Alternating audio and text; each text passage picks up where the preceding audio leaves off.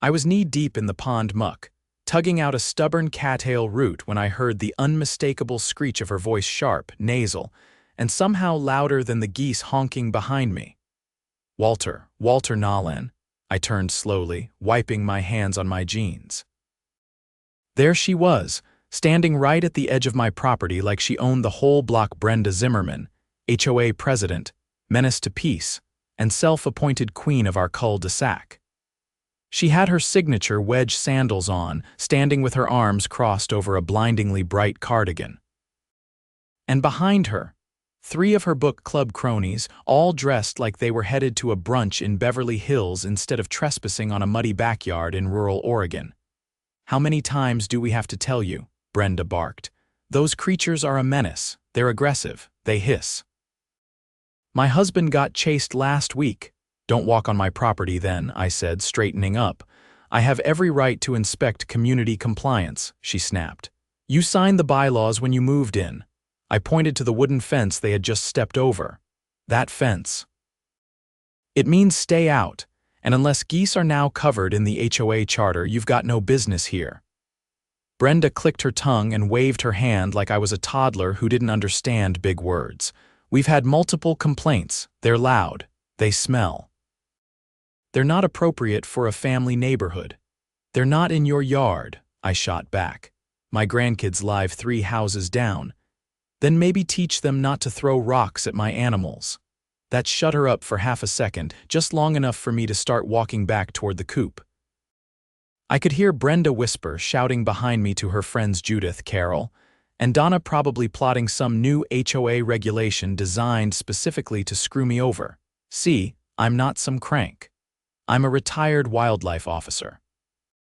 I bought this property with the pond because I wanted space, quiet, and yes, my geese. I'd rescued 6 of them from a meat farm, and they were smarter than most folks I knew. They kept the yard free of pests, fertilized the grass, and let me know when someone was lurking around, like now. Because the moment I turned my back, I heard the telltale clang of my gate latch opening. I spun around. Brenda and her posse had walked straight into my fenced-in backyard like they were on a guided tour. "Back off," I yelled. "You're trespassing." "We're documenting your violations," she hollered, pulling out her phone. "You can't threaten us. You're standing in my yard. It's for the community's safety." That was the last straw. I reached down and unclipped the latch on the goose pen. The gate creaked open. 6 honking, hissing, wing-flapping beasts came charging out like feathery missiles with feet. Brenda didn't even get a warning honk before Cornbread, my biggest gander, lunged at her wedge sandal with a vengeance. All 4 women screamed. Judith tripped over her own handbag. Carol ran directly into the pond. Donna tried to climb the fence but got stuck halfway, and Brenda. She shrieked like a siren, waving her phone wildly as Cornbread nipped at her ankles. I leaned on the fence post, watching the chaos unfold. "You wanted documentation," I called. Smile for the wildlife cam, because yes, I had cameras. Multiple. Every angle of that yard was covered, and I was already sending clips to my lawyer. By the time they managed to scramble out of the yard mud-covered, honk traumatized, and shrieking about lawsuits, my geese had settled down into a smug little huddle by the pond. Cornbread dipped his beak in the water like he hadn't just committed feathery war. That night, I got a notice from the HOA official complaint citing aggressive livestock, hostile behavior toward the board, and intent to cause emotional distress. I laughed so hard I nearly choked on my coffee, because they had no idea what was coming. I'd been dealing with this power-hungry HOA for 2 years, watched them bully folks into repainting their homes, fine an elderly widow for having a flower box, and force a family to take down their holiday lights because they were too bright. But now they'd made it personal. They'd trespassed. On camera, in a fenced yard, I wasn't just going to respond, I was going to bury them. The next morning, I walked down to City Hall and filed a formal complaint for trespassing and harassment. Brought my flash drive, brought printed stills, even highlighted timestamps. The clerk at the desk raised her eyebrows when she saw Brenda's face mid-scream getting chased by Cornbread, HOA again, she asked. Yep, I said. Same crew, she gave a tired sigh. That's the third complaint this month. I wasn't surprised. By the time I got home, my inbox had exploded. Brenda had emailed the entire neighborhood, claiming I had unleashed wild animals on board members and was a danger to the community. So I emailed the footage to everyone. No commentary, no explanation. Just Brenda and her gang, hopping fences, walking into my yard and running like scared tourists on a bad safari. Within an hour, I had neighbors knocking on my door laughing, high-fiving, and asking if Cornbread gave autographs. And then came the twist. One neighbor, Dave from 2 doors down, pulled me aside and said, "You know, Brenda's been using HOA funds for all those inspections. She hired a private landscaper to review lawn compliance her son-in-law. We've been paying him through our dues." My eyebrows went up so high they nearly touched my hat. "You got proof?" Dave nodded. "Receipts. My wife's on the finance committee. She's had enough of Brenda's crap." I grinned. "Looks like it's goose season." This wasn't just about birds anymore. It was about cleaning house. By the following Friday, Brenda's HOA circus had gone suspiciously quiet. No emails, no clipboard parades, not even a passive-aggressive flyer about lawn edging, which, frankly, was more suspicious than anything else. The last time Brenda went silent, she'd rewritten the trash bin policy to include no visible lids on Tuesdays. But I wasn't sitting idle. I'd already met with Officer Delaney at the Sheriff's Department. Small town or not, trespassing was still trespassing, and I had the footage to prove it. Delaney, a practical woman with a face like she'd seen one too many overexcited raccoons in garbage cans, took one look at the video and said, "You want to press charges?" I told her I hadn't decided yet, because what I really wanted was leverage. Later that day, I invited Dave and his wife, Lorna, over for coffee. They were both sharp, detail-oriented, and more importantly, tired of being pushed around. Lorna brought a manila envelope stuffed with documents printouts of HOA budgets, vendor payments, and a list of board-approved expenses that read more like a shopping list for Brenda's personal errands. She paid her son-in-law's lawn company almost $8,000 last year, Lorna said, flipping to a page with a spreadsheet. But here's the kicker: none of the properties listed match any real addresses in the neighborhood. I raised an eyebrow. "Fake invoices?" "Looks that way," she said. "The names are real, but the addresses, they're just numbers, no street names. Some of them go as high as 327, and we only have 84 houses." Dave added, "We think she's been funneling dues and laundering them through this landscaping service." Now we were no longer talking about HOA harassment. This was fraud. And fraud got you attention from more than just angry neighbors. That weekend, I reached out to an old buddy from my wildlife officer days, Cal Morgan. He'd retired from the force early, but not before spending 15 years as a fraud investigator for the state. We hadn't spoken in a while, but I figured if anyone could sniff out a paper trail, it was him. Cal showed up in a faded denim jacket and a look that said he'd rather be fishing. But once I laid out the documents, his mood shifted like a bloodhound catching scent. "She's sloppy," he muttered, flipping through the fake invoices. "Using the same invoice numbers on different dates, that's a rookie mistake." I handed him a USB with the scanned files.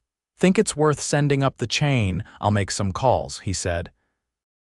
If this is what it looks like, she's in deep. By Monday, Brenda must have caught wind of something because she went on the offensive. A new letter arrived, this time marked urgent community notice. It accused me of animal endangerment, willful hostility, and perhaps most absurdly, intentional sabotage of HOA operations. My favorite part. She was calling a special emergency board meeting to vote on whether or not my property should be placed under temporary behavior review status. There was no such thing in the bylaws. I checked, twice, so I decided it was time for a little show and tell. The meeting took place that Thursday evening in the community clubhouse. which looked like someone had decorated a dentist's waiting room with inspirational posters from the early 90s. Brenda stood at the front next to her usual trio, all of them wearing matching faux pearl necklaces like they were presenting a new line of handbag tassels. The room was packed. Word had spread about the Geese incident, and it had apparently stirred something in people. Neighbors I hadn't seen in months were in attendance, many of them whispering behind cupped hands, giving me nods as I walked in.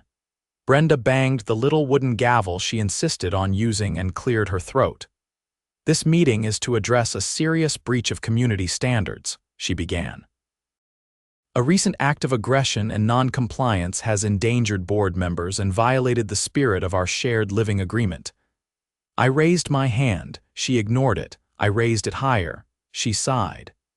"Mr. Nolan, you will have a chance to speak." I stepped forward anyway, holding up a flash drive. "I've brought some visual aids." There were murmurs. Someone clapped. Brenda flushed. "This is not a trial," she snapped. Cal, who had quietly taken a seat in the back, stood. "Actually, it might be." Brenda's eyes darted toward him. "Who are you?" Cal Morgan, former state investigator. "I've reviewed your expenditure reports." That shut the room up. You could have heard a pin drop on shag carpet. "I've submitted a report to the County Fraud Division," Cal continued, "and I've shared the documents with the Oregon Department of Justice. You've got at least 3 counts of misappropriation of funds and over a dozen falsified invoices. That's felony-level territory." Brenda looked like someone had unplugged her. Donna opened her mouth, but Lorna beat her to it. "We've also called for a vote of no confidence. We have signatures from over 60% of homeowners." Judith stood up. "This is a coordinated attack. They're lying." Dave held up a printed spreadsheet. "Then explain why this landscaping company is being paid for maintenance on addresses that don't exist." Someone near the back shouted, "Yeah, my yard hasn't been touched all year." Another voice added, "She charged me for a fence inspection that never happened." Brenda looked around, realizing her grip on the room was slipping fast.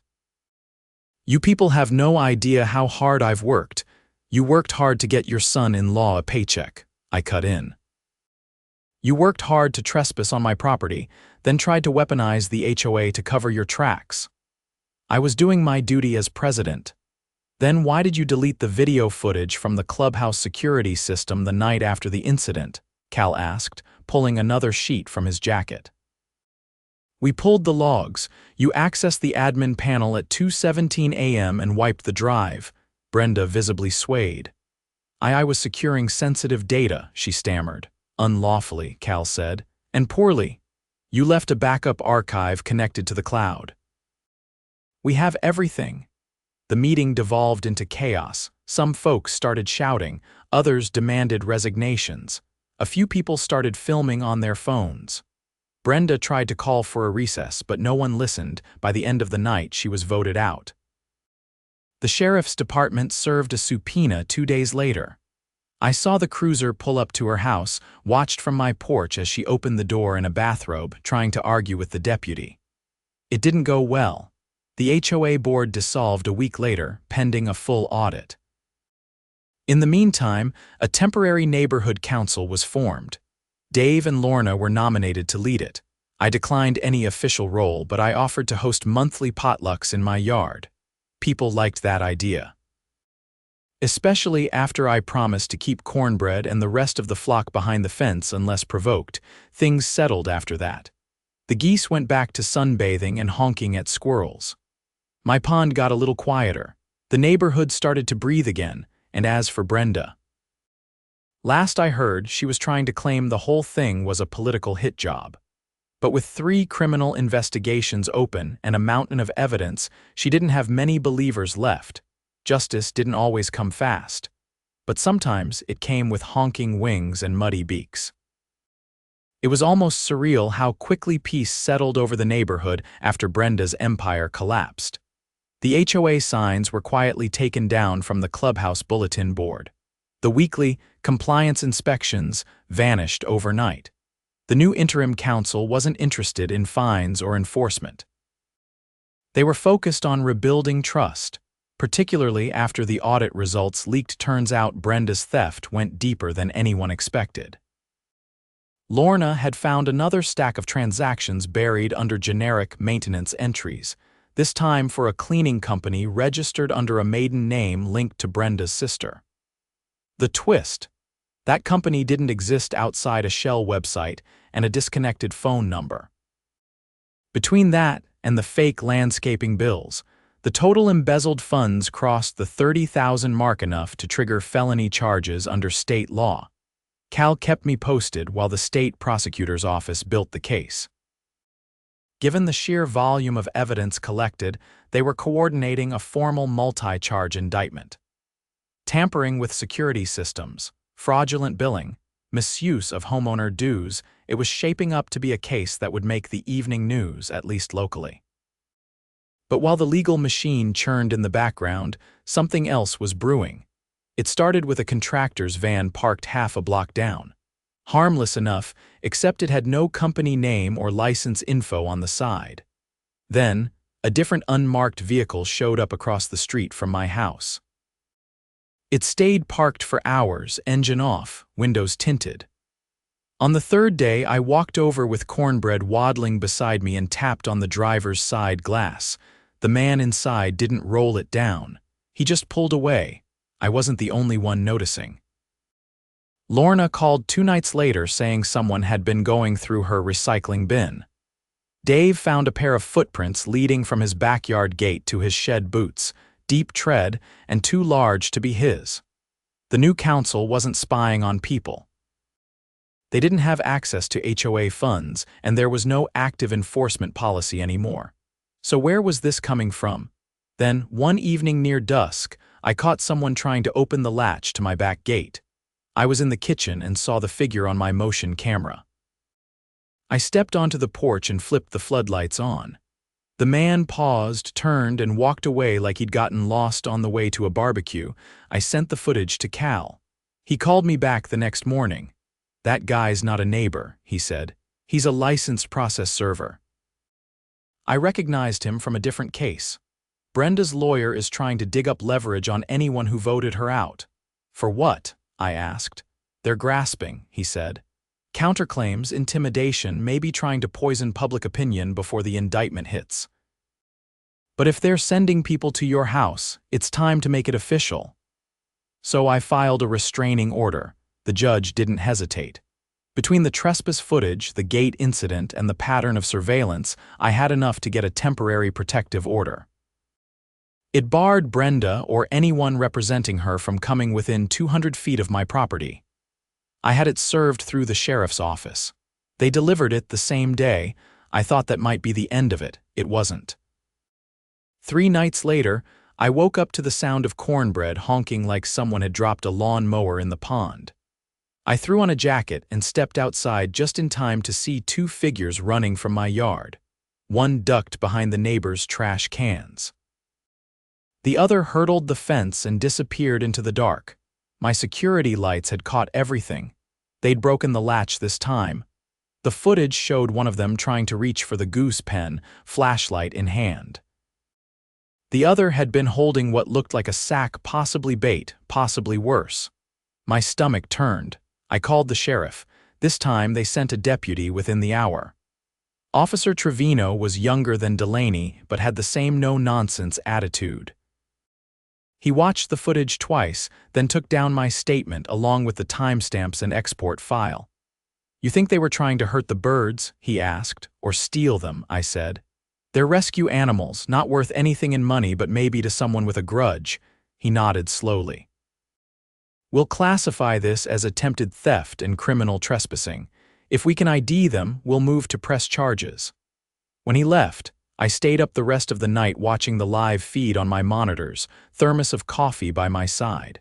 The geese eventually calmed down, but I didn't. The next day, Cal called again. "You're not going to like this," he said. "We traced one of the vehicles from the gate footage, registered to a shell company, same address used for Brenda's fake cleaning business." "Let me guess," I said. "Another family member, her nephew, lives 2 towns over. He's got a record petty theft, 1 assault charge from a bar fight last year." My blood ran cold. They're escalating, I said. Yeah. And I think it's time we go public. Cal had a contact at the local news station, a weekend anchor named Melissa Tran, known for digging into small-town political scandals. We met her the next afternoon at Lorna and Dave's place. She brought a camera crew, a microphone, and a stack of questions. We gave her everything, the fake invoices, the HOA bank statements, the footage of the trespassers, the restraining order, even the full video of Brenda and her goon squad getting chased by cornbread. Melissa didn't even try to hide her reaction. "This is going to explode," she said. "You're okay with going on record?" I nodded.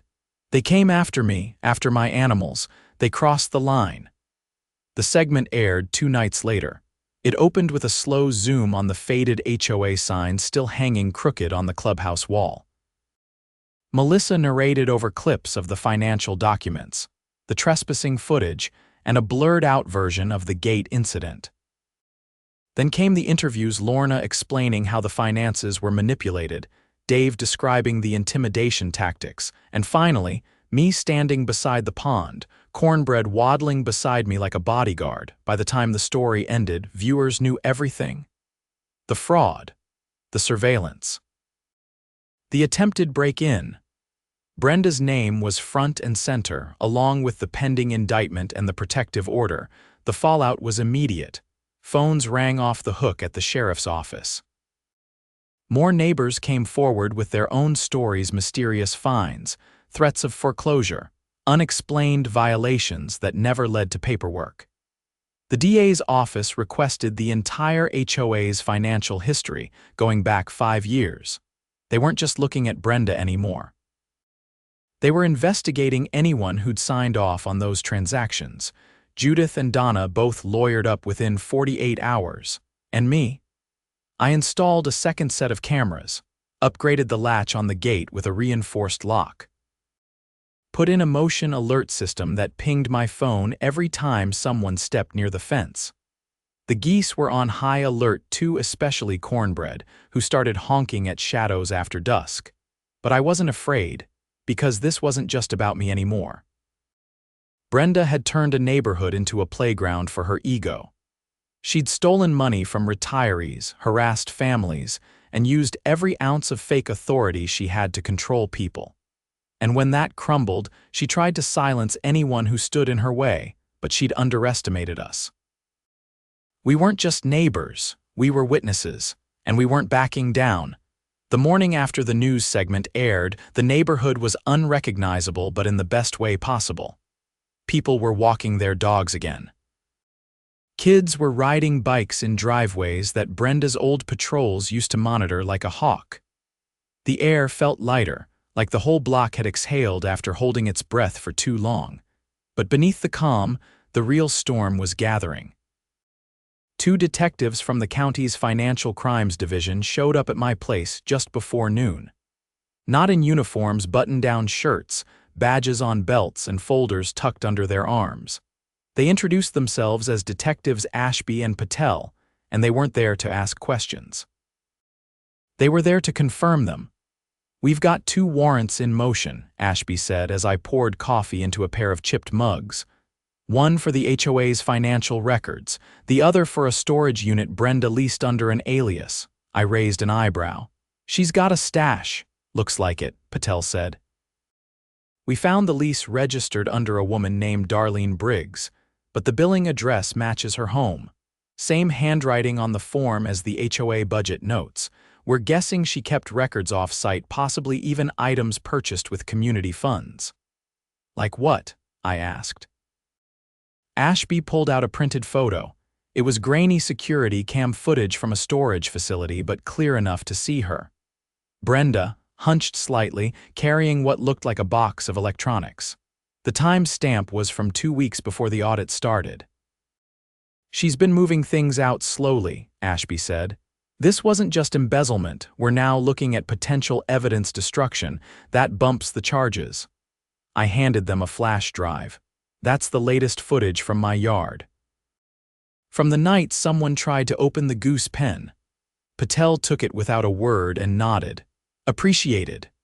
They left soon after, and I stood on my porch watching their unmarked Crown Vic drive off down the hill.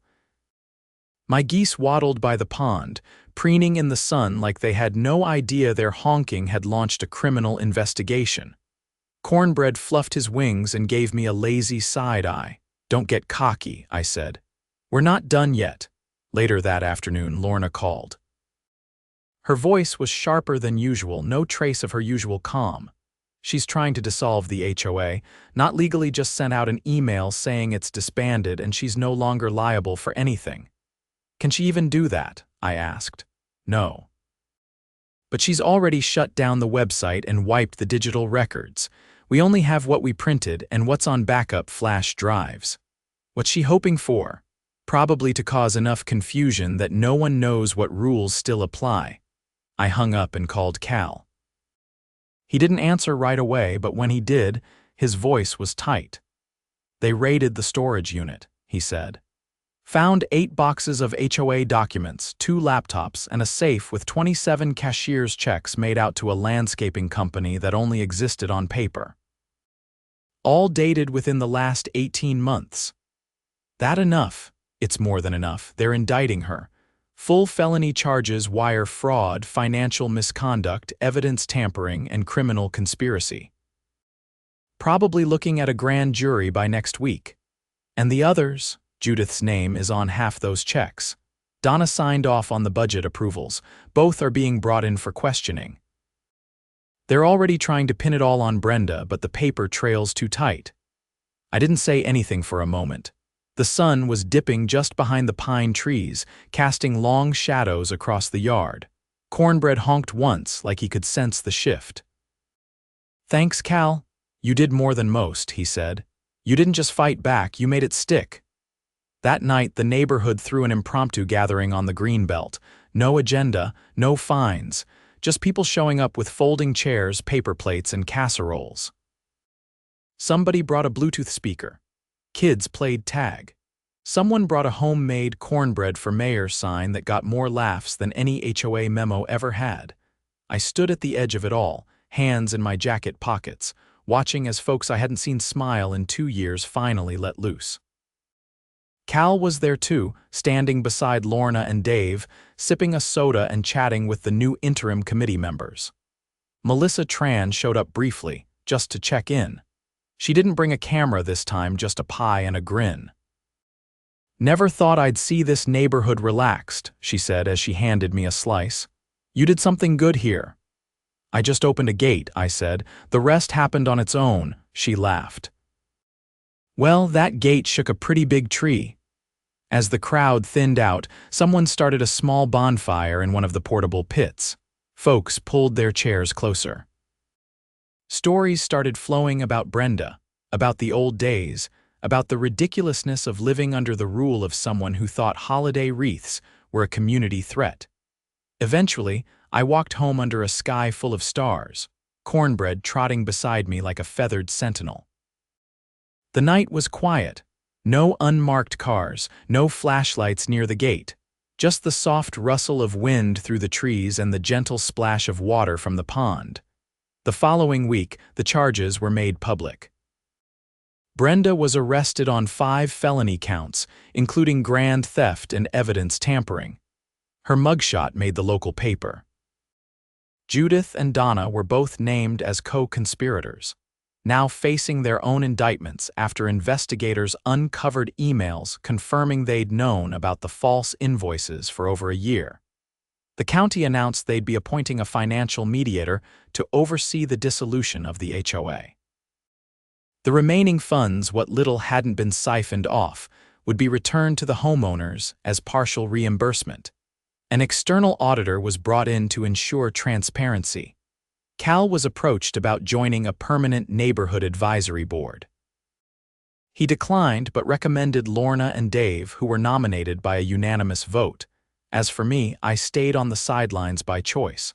I wasn't interested in meetings or votes, but I did put up a new sign on the edge of my fence. It read "Private property, no trespassing." Geese patrolled, and underneath in smaller print, "Violators will be documented, prosecuted, and publicly embarrassed." The sign became a bit of a landmark. People took photos with it. Someone even printed it on mugs as a fundraiser for the new community green space project. Life moved on. The fence latch held strong.